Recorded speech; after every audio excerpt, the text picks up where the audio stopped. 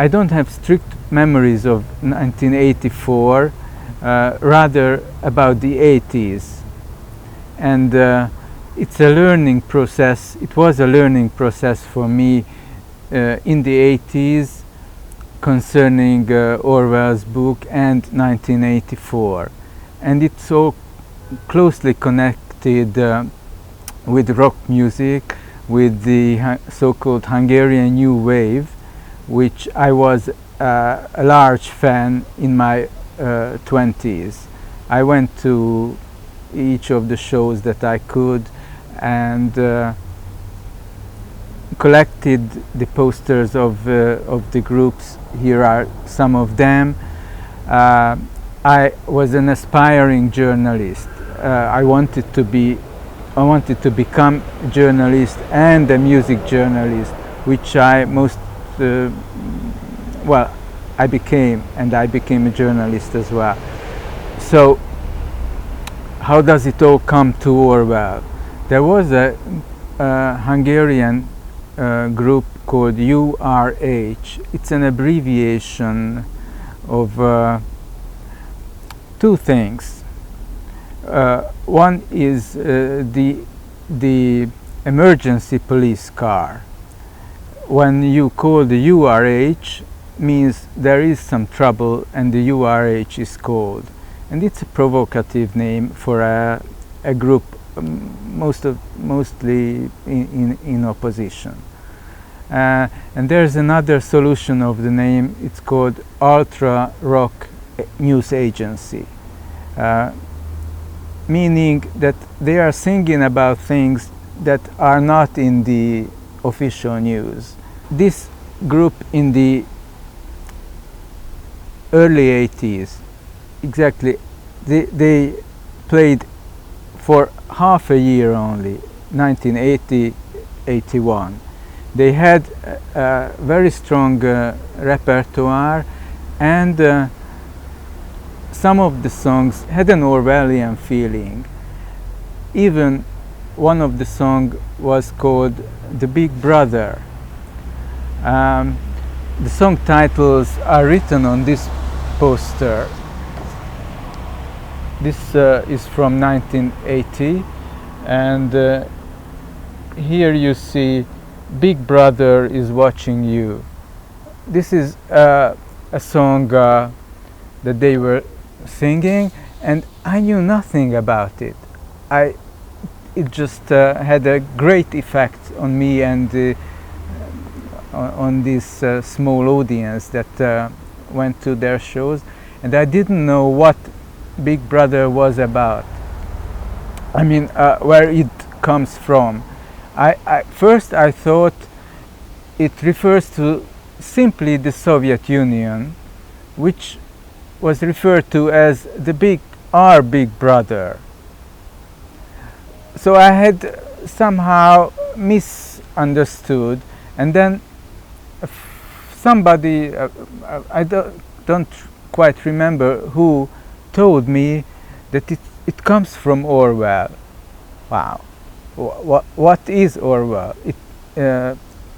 He was not published officially. Nothing was published officially from Orwell. So I just wanted to check all these things. I could read English, so I just somehow I found out things. And in '83, when I first when I first traveled to the West, to England, Paris, Amsterdam, so I made a round trip, West Germany. And in England, I bought 1984 in paperback, and I remember, maybe I cannot express it good enough, but I still remember the feeling when it was put in the bottom of my backpack. My train rolled in from Austria to Hungary, and I had this thing in my stomach. wow, will I be searched? Will they find it? What will happen? I felt I was made to feel guilty for something that cannot be called a crime, but I know it was a thought crime, which is described in the book. So I committed a thought crime even before I had read Orwell. So this is my first-hand experience of Orwell. And then, of course, I read it, understood it more or less, and later, without knowing, all this without knowing that the Hungarian opposition, the samizdat,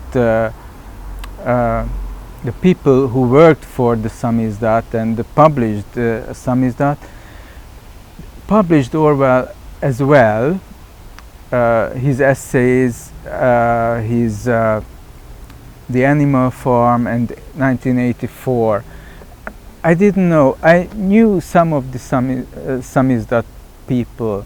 Even the singer of this group was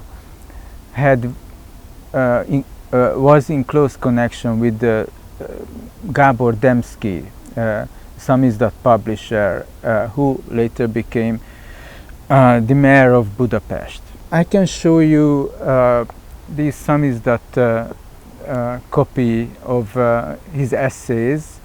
Things were happening in Hungary in the 80s or even in the year 84 without me knowing about them, even if I was interested in. So you cannot say that everything was about Orwell in 84 in the so-called first publishing circles, in the open publicity. But it was somehow in the dark pages, yes. And what is interesting and shows that it was not such a strict dictatorship in Hungary that when the year 84 turned to 85, then the name Orwell and the book 1984 suddenly appeared in the first legal public in the press. And I can show you this, which is very interesting for me. This book is called The Orwell Reader. It was written by Béla Nové, who first translated The Animal Farm. And these are two pieces of paper. This is from the literary weekly magazine called Élet és Irodalom, Life and Literature. The article is about 1984 in 1984.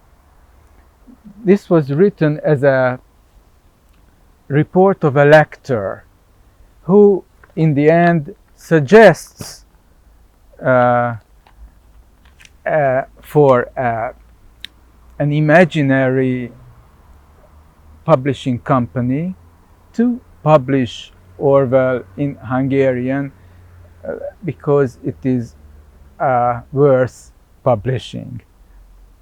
And this other one comes from a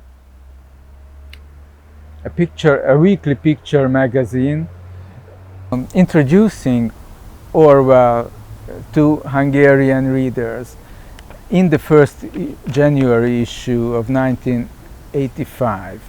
These articles were published officially, but Orwell was only published officially in 1989. So it took 5 more years till the time was politically ripe for Orwell to be appeared. I have another poster here. This is from 1988, from a show by Agi and the Kamikaze. The name of the group was usually Agi and the Boys, Agnes and the Boys. This show came together with the screening of Orwell's 1984, the English film, and the Animal Farm, the animation film of Animal Farm made by John Halas,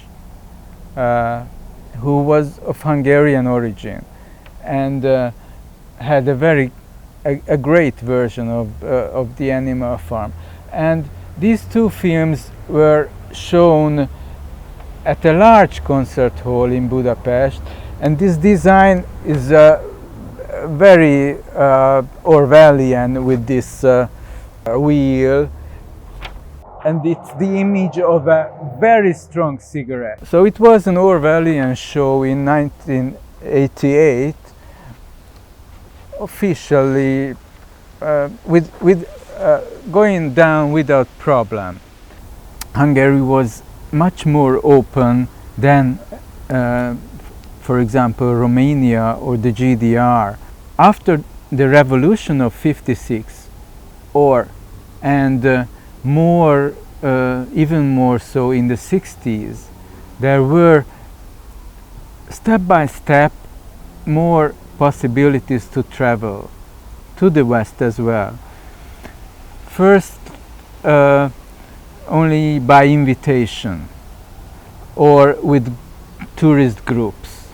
Then later, even alone, without invitation, just single tourists. You could get your passport, and you could get a so-called window in your passport, which means stamp that you have the right to travel to the West each 3 years,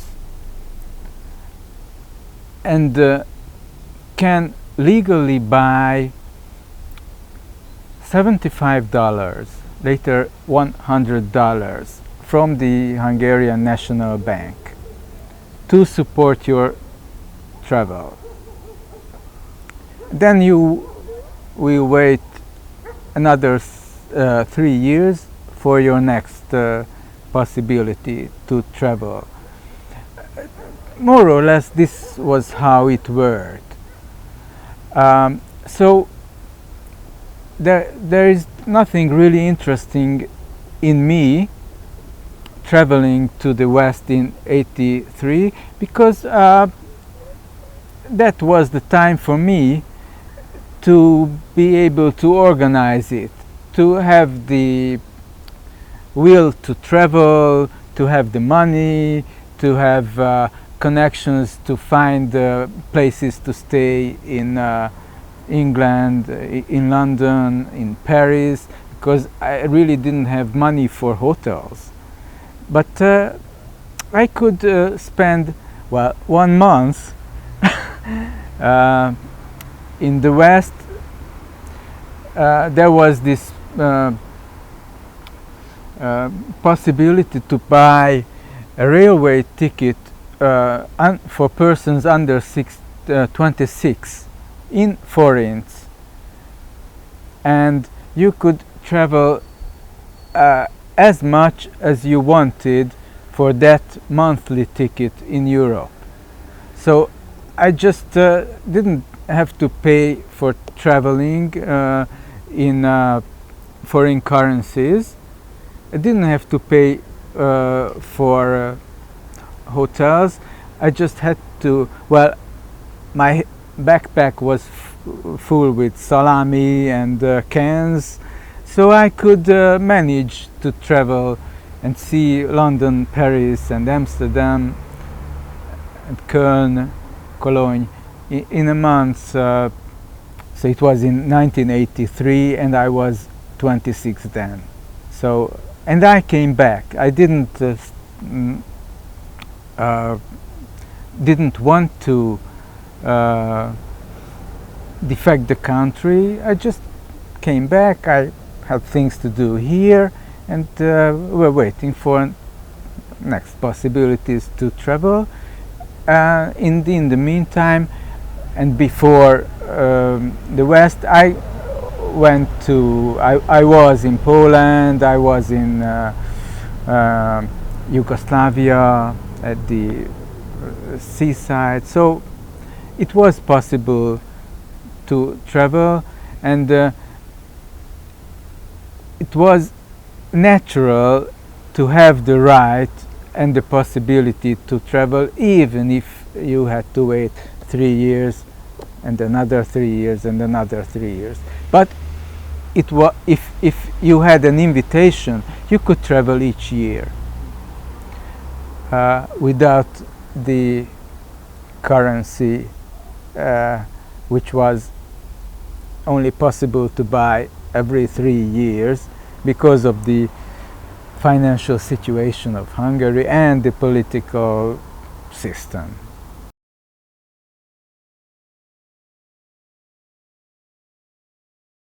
I was quite naive as a youngster,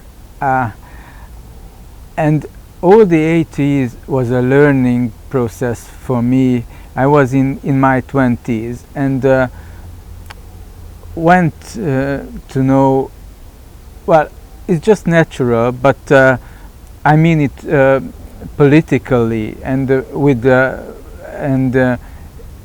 in my relation to politics and society. And as I've mentioned earlier, it's all connected with rock music and my ambition of becoming a journalist. So I was into this type of music, and it showed me lots of things to think about and to hear about, even both in Hungarian and in English. There was this Hungarian new wave scene, which was very colorful and had lots of things in common with the political opposition. So it just slowly became one thing in my head, and and later on, when I became interested in the papers of the former secret services, and I started to research the papers. The first thing that I was interested in, how these groups in opposition were treated by the Secret Service. And I found lots and lots of reports, and I have written an 800-page book about this rock scene, the Hungarian rock scene from the 60s to the change of the system, from the viewpoint of the political police. And it's connected again with the samizdat and Orwell thing. And this is what I wanted to show you here. Some of the photocopies of reports concerning the samizdat publications of the books of Orwell. This is like content of of reports, all about Orwell, the writer, and his books, and the translation of his books, full of reports about people like the translators and the publishers and the people in the opposition who later, some of whom later became politicians and led the country from the 90s. It's just great to be able to look back on things that was happening and you did not really know what was happening. This is the viewpoint of a journalist and a researcher and someone who's interested in the past. I can say that I was just living as somebody who is not brave enough to be part of an oppositional movement. I was interested in what was happening, but didn't want to take part, and even if I knew some people who were part of these things, I didn't ask them questions, which was, I think, very wise from me, because if you ask so-called indiscreet questions, you may be looked upon with suspicion, and this is I didn't explain it for myself at those times. I just felt like that. I explain it for me afterwards, now, with the knowledge of these papers and with how you age and experience things. So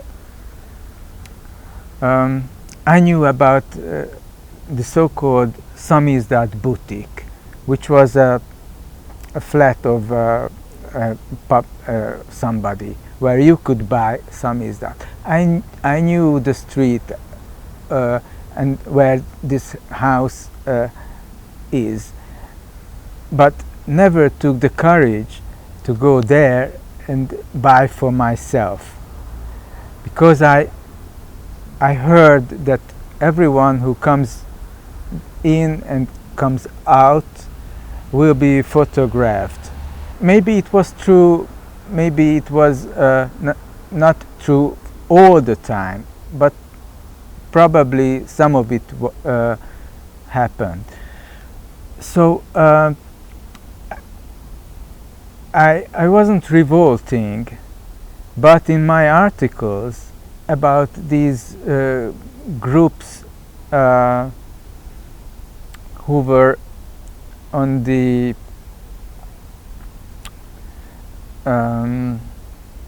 border of being banned or being not banned, so in the middle ground, I wanted to publish articles about them to try and help them into the official papers, to make them seen, shown, to make them more known and, well, legal. So that was my position, somewhere in the middle. There were lots of pictures made in the end of the 80s when the demonstrations began. and these are public, and these are known pictures from 89, mostly from 89, 88, 89.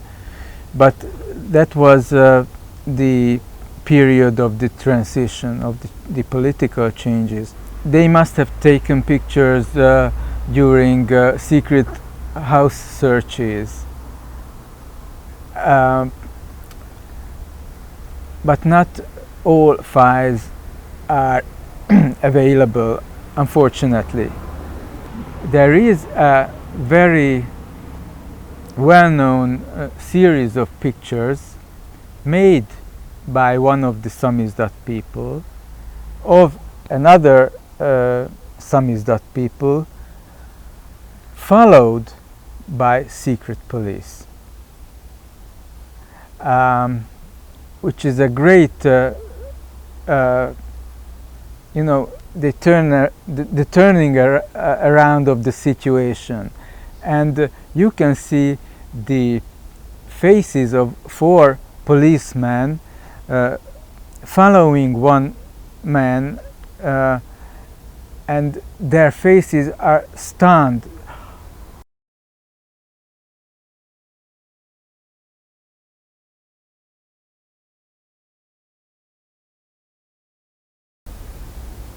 I cannot say that I'm happy if I think about the direction this country has been going or coming during the last 10 years. The direction this country is going makes you sad. And even more sad if you think about the optimism of 1989, 1990, then 2004 when Hungary joined the EU, and everything was opening up, and now you feel that gradually it's again closing down. Sometimes you have a feeling that we live again in an Orwellian period, not only in Hungary but all over the world. And I'm not only thinking about the cameras where hundreds of big brothers are watching you. Well, you can have your own cameras watching other people, so you can also be big brother.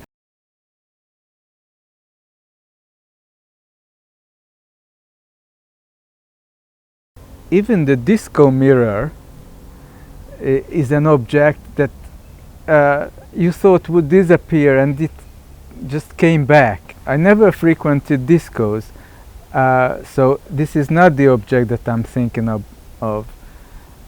Also, the car Trabant, made in the GDR, is now a retro object. You could see tourists driving around in Trabants as a curiosity, but it's not really what I'm thinking about. I have this huge collection of more than 1,000 of these posters, which I'm really fond of. And yes, I made exhibitions and a book about them. So if I have to choose one, I choose 1,000 posters from the 80s.